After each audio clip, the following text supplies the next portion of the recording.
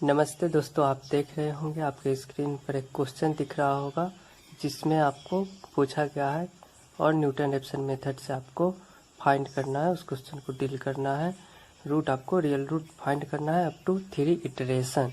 तो उन क्वेश्चनों को मैं देखिए यहाँ पे उसका जो मेन अंक है, बहुपद है, इक्वेशन है, उसे मैं यहाँ पे लिख दिया हूँ। तो दोस्तों पहले तो उसका एडवांटेज जानिए। ये जो न्यूटन रेफसन मेथड जो आपको मैं आज बताने जा रहा हूँ उसका एडवांटेज क्या है।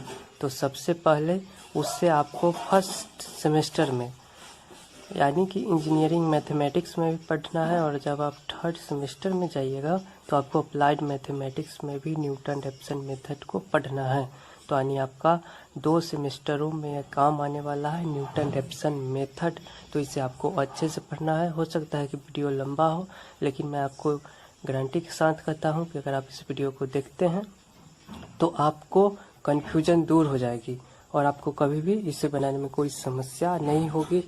तो ये हमारा रहा क्वेश्चन, और इसे हमें रियल रूट फाइंड करना है अप टू 3 इटरेशन तक न्यूटन रेफसन मेथड के द्वारा। तो न्यूटन रेफसन मेथड क्या होता है? ये आपका फॉर्मूला है xn+1 equals to xn minus f(xn) upon f(xn)। इस डैश का मतलब क्या होता है दोस्तों? तो इसे आप ऐसे भी लिख सकते हैं, इसका मतलब होता है डेरिवेटिव। आप इसे ऐसे भी लिख सकते हैं यानी कि डिफरेंशिएशन। तो सबसे पहले देखिए ये आपका क्वेश्चन रहा। ये जो क्वेश्चन है तो इसमें आप n, यहाँ पे चूंकि n है तो आप इसमें n भी तो रख सकते हैं ना। आप यहाँ पे n में लिखना है n टर्म में, तो आप यहाँ पे nn लगा दीजिए। ये xn वाला हो गया, मतलब जो बहुपद था fx जो फंक्शन था उसको आप n लगा दीजिए तो वही हो गया। तो यहाँ पे इस वाले इक्वेशन जो कि ये फार्मूला है न्यूटन रेफसन मेथड का, तो आपको तो इस फार्मूला को याद करना ही होगा न्यूटन रेफसन मेथड से सवाल को डील करने के लिए, और आप इसे कर भी लेंगे मुझे पता है। लेकिन क्या ये फार्मूला याद करने से आपका सवाल बन पाएगा? नहीं। उसे कैसे बनाना है उसे मैं आपको इस वीडियो में बताऊंगा। तो सबसे पहले ये जो फार्मूला था यहाँ पे xn करके दिया गया है, लेकिन ये जो है f(xn) इसमें आपको वैल्यू पुट कर देना है। क्वेश्चन वाला इक्वेशन यहाँ पे डाल देना है और इसे छोटा कर लेना है। तो xn तो हम लिख देते हैं एज इट इज, और यहाँ पे ध्यान दीजिए f(xn) यानी कि ये वाला आपको उतार देना है। तो xn³ माइनस 2xn माइनस 5 और बटा में आपको देखिए इसका डेरिवेटिव क्या हो जाएगा यानी डिफरेंशिएशन। तो यहाँ पे डिफरेंशिएशन आपको आता ही होगा। यहाँ पे 3 जो पावर है, x का जो पावर है उसको आपको मल्टीप्लाई कर देना है, और अब x के पावर में आपको 1 घटा देना है। 3 में से 1 घटेगा तो 2, और यहाँ पे देखिए xn यानी कि यहाँ पावर 1 है तो 1 से मल्टीप्लाई कीजिए 2 में तो 2 ही रहेगा, और 1 का पावर 1 पावर है उसमें से 1 घटाइएगा यानी कि x का पावर 0, x का पावर 0 यानी 1 यानी कुछ भी नहीं। और यहाँ पे देखिए कांस्टेंट का डिफरेंशिएशन क्या होता है? 0 होता है। तो ये आपका डिफरेंशिएशन हो गया, और आपको यहाँ पे ये जो वैल्यू था यहाँ पे बटा में उसे रख देना है, और यहाँ पे n लगा देना है क्योंकि n के टर्म्स में हम लोग लिख रहे हैं। तो 3xn² माइनस 2, और अब आपको यहाँ पे अभी ही आप क्वेश्चन दिया हुआ है फार्मूला में ही आपको इस वैल्यू को पुट करके रख देना है और इसे एक स्टैंडर्ड फॉर्म में बना लेना है। अब यहाँ से आप भिन्न का घटाव कर दीजिए, तो यहाँ पे 3xn² माइनस 2, और जब आप इसमें गुना कर दीजिएगा तो ये आपका हो जाएगा 3xn³ माइनस, और यहाँ तो एज इट इज उतरेगा तो xn³, और यहाँ पे माइनस से इसमें गुना होगा तो ये प्लस 2xn+5, और मैं मल्टीप्लाई करना आपको नहीं बताऊंगा, मतलब उसे समझाना क्या आप तो खुद कर ही लीजिएगा। इसे आपको छोटा कर देना है। तो चलिए मैं तेज़ी में इसे छोटा करता हूँ। यहाँ से घटेगा तो 2xn का स्क्वायर प्लस 2xn, और यहाँ पे आपका, यहाँ पे देखिए दोस्तों गलती हुई है कुछ, मैं वीडियो पॉज करके इसे सुधारता हूँ।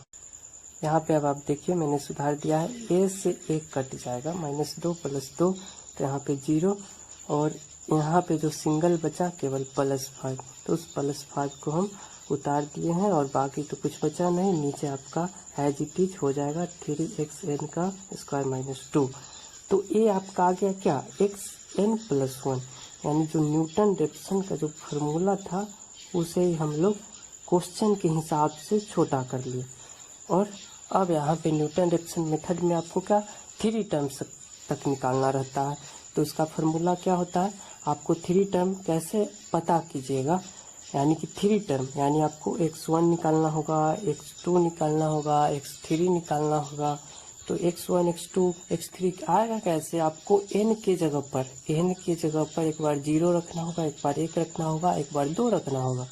तो आपके ये जो इक्वेशन है वो कुछ ऐसा बदल जाएगा। यहाँ पे n के जगह पर 0 रख के देखिए, तो यहाँ पे तो x1 हो गया, और यहाँ पे n के जगह पे 0 रख दीजिए, q + 5/3x0 स्क्वायर -2, यानी अब आपका यह 0 में बदल चुका है। लेकिन दोस्तों ये तो हमारा आ चुका है n बराबर 0 रखने पर, और यहाँ पे आप लिख सकते हैं फर्स्ट इटरेशन जो कि लिख करके आपको बनाना होगा एग्जामिनेशन हॉल में। तो क्या फर्स्ट इटरेशन कब आएगा, जब आप n बराबर 0 रखते हैं तो आपका a आ जाएगा। तो अब देखिए x1 आप कैसे पता कीजिएगा। x1 आपको पता करने के लिए आपको x0 का वैल्यू पता होना चाहिए, और आपको कन्फ्यूजन हो सकता है x0 आपको कैसे फाइंड करना है। तो कोई बहुत सारे हिसाब दिए रहेंगे जिसमें आपको x0 दे दिया जाएगा, जैसे 2 दे दिया हो, 3 दे दिया हो, तो उस समय तो आपको x0 निकालने की ज़रूरत नहीं। लेकिन इस क्वेश्चन में नहीं दिया गया है, तो यहाँ पे आपको निकालना होगा। उसे फाइंड करने के लिए आपको ध्यान से समझना होगा, और यहाँ पे आपको कन्फ्यूजन आ सकते हैं इसे बनाने में। तो x0 कैसे फाइंड किया जाए, तो आपको पता होगा कि x के जगह पे हम वहाँ पे तो थर्ड इटरेशन तक n की जगह पर 0 1 2 3 लिख दिए थे, लेकिन x के जगह पर यहाँ पे आपको वो ऐसा संख्या रख करके देखना होगा, वैसा इंटीजर रख के देखना होगा जिससे इस वाले इक्वेशन में एक वैल्यू आपका निगेटिव हो, और उसके जस्ट लगातार वाले ही x का वैल्यू आपका रखने पर वो पॉजिटिव आए। जैसे इंटीजर क्या होता है, 0 1 2 3 4, यही ना। और इंटीजर वो नहीं होता है जैसे 0.1 लिख दिए तो भिन्न हो गया, इंटीजर नहीं हुआ। इंटीजर आप देहाती भाषा में कहें जो सौसा संख्या हो, केवल 1 हो, 100 हो, ये हो गया इंटीजर। तो आपको यहाँ स्टार्टिंग से इस इक्वेशन में आपको x के जगह पे 0 रख के देखते हैं। जैसे fx, यहाँ पे fx क्या था, पहले हम fx ही लिख देते हैं। x³ था, -2x था, -5 था। अब यहाँ पे x के जगह पे 0 आप पुट करके देखिए, x के जगह पे 0, तो यहाँ पे 0 रखने पर क्या आता है, 0 -0 -5 यानी कि -5, यानी कि ये तो नेगेटिव आ गया। यहाँ पे आप q² डॉट करिएगा तो वही होगा। अब कैलकुलेशन मैं आपको बताऊंगा नहीं, मतलब समझाना क्या है कैलकुलेशन। तो इसी प्रकार आपको लगातार रखना है। अब आपको f1 रखना होगा, तो आपको पता करना है कौन वैल्यू जो निगेटिव और उसके अगला वाला पॉजिटिव। तो x हमने 0 रख दिया, x बराबर 1 रखते हैं, 1 का क्यूब 1 माइनस इस इक्वेशन में आप 2 × 1 रखिए, 2 × 1 यानी कि 2 ही होगा, और -5 यानी कि ये भी आपका निगेटिव ही होगा, निगेटिव वैल्यू। f बराबर 2 रखिए, यहाँ पे आप ध्यान देना होगा। 2 रखने पर x³ यानी 2 का क्यूब क्या होगा 8, 2 का क्यूब 8, तो हम 8 लिख देते हैं। फिर -2 × 2 तो 4 -5। हमें आपको x0 फाइंड करना बता रहा हूँ, तो यहाँ पे -1 आया, यहाँ पे -9 + 8 -1। और अब हम f3 रखते हैं।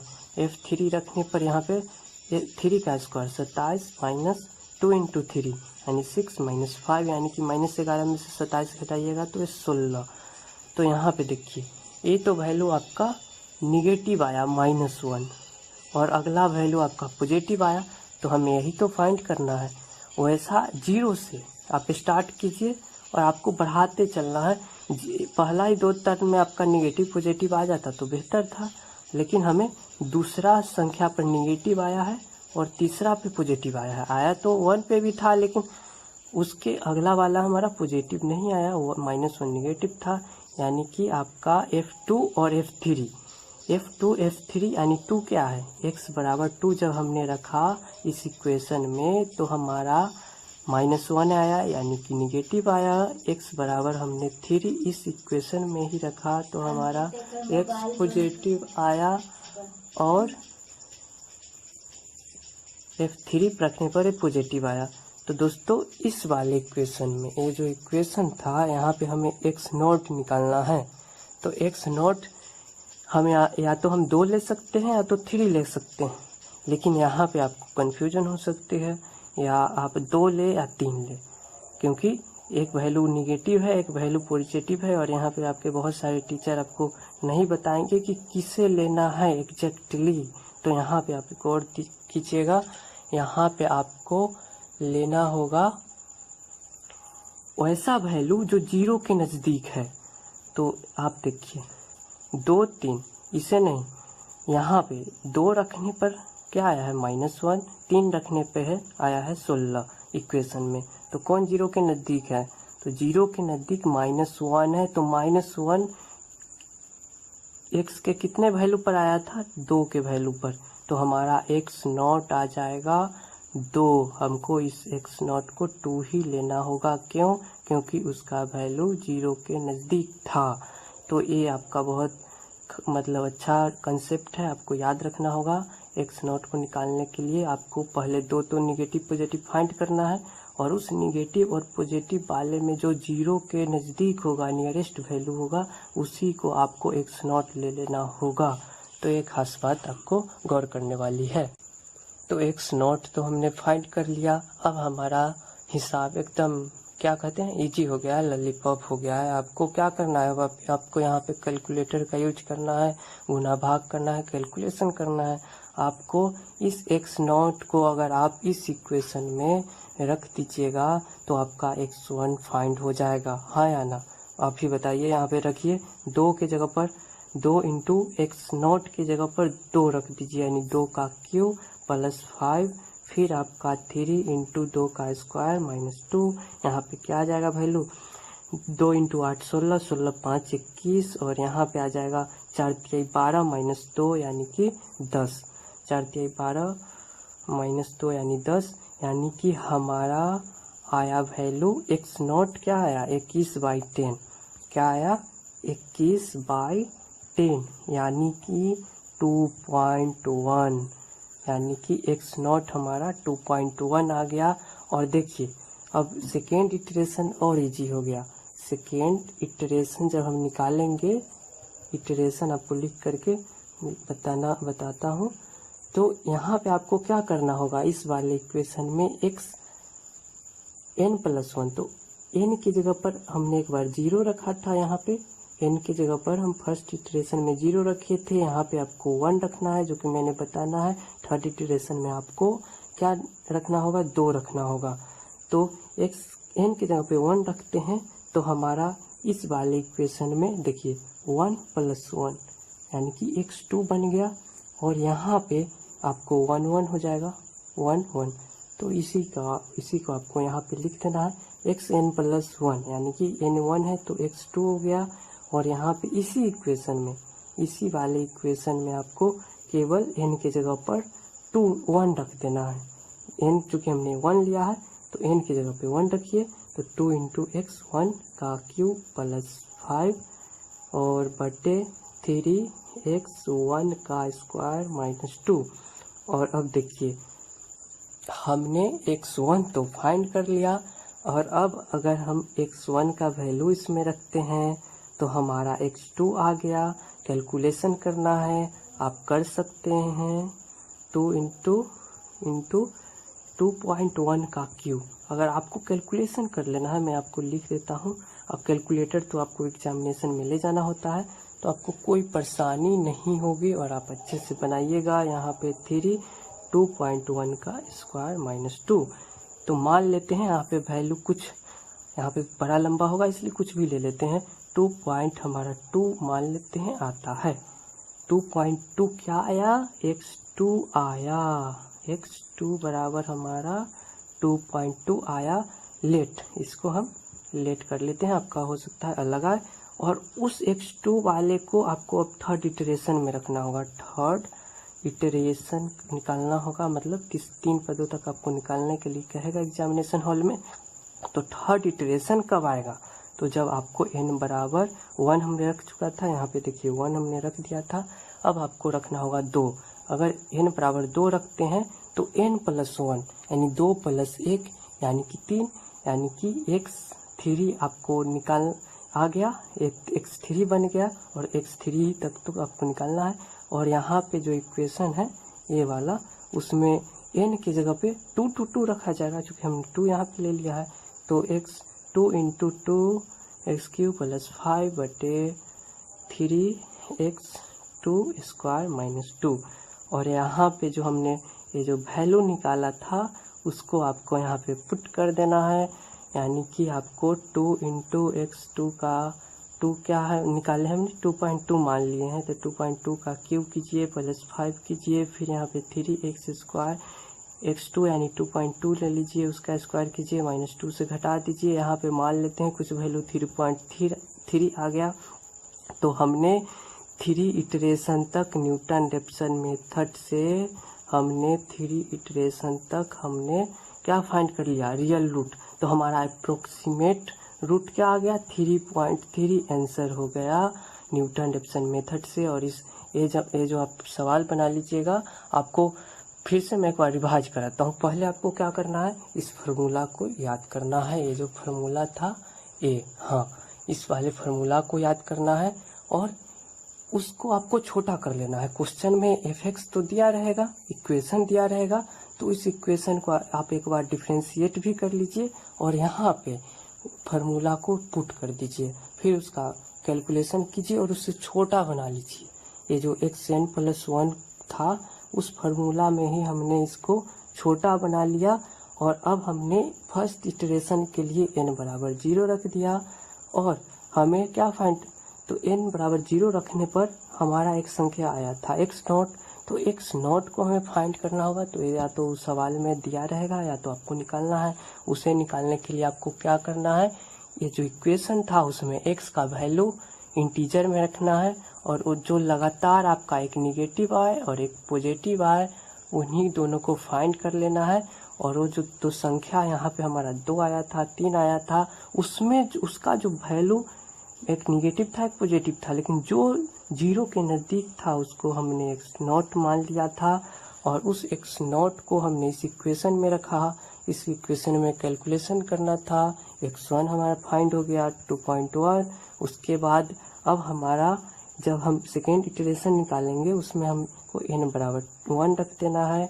1 रखने पर हमारा इस इक्वेशन में x2 तो फाइंड होगा और यहाँ पे बदल के हमारा x1 आ गया और x1 तो हमने निकाला ही, उसको हमें पुट कर देना है। अब हमारा x2 निकल आया कैलकुलेशन करने पर और थर्ड इटरेशन में हमें x2 को इस वाले में वैल्यू को पुट कर देना है और हमारा x3 भी निकल गया। आपको इस प्रकार ये जो 3 टर्म तक करना होता है, आपने तीनों टर्म तक एक रियल रूट निकाल लिया। तो होप आपको अब कोई परेशानी नहीं होगी न्यूटन रेफसन मेथड बनाने में और आपको समझ में आई होगी। तो आप हमें ज़रूर बताइएगा, कमेंट करके बताइएगा और वीडियो पसंद आया हो तो शेयर ज़रूर कर दीजिएगा। Thank you.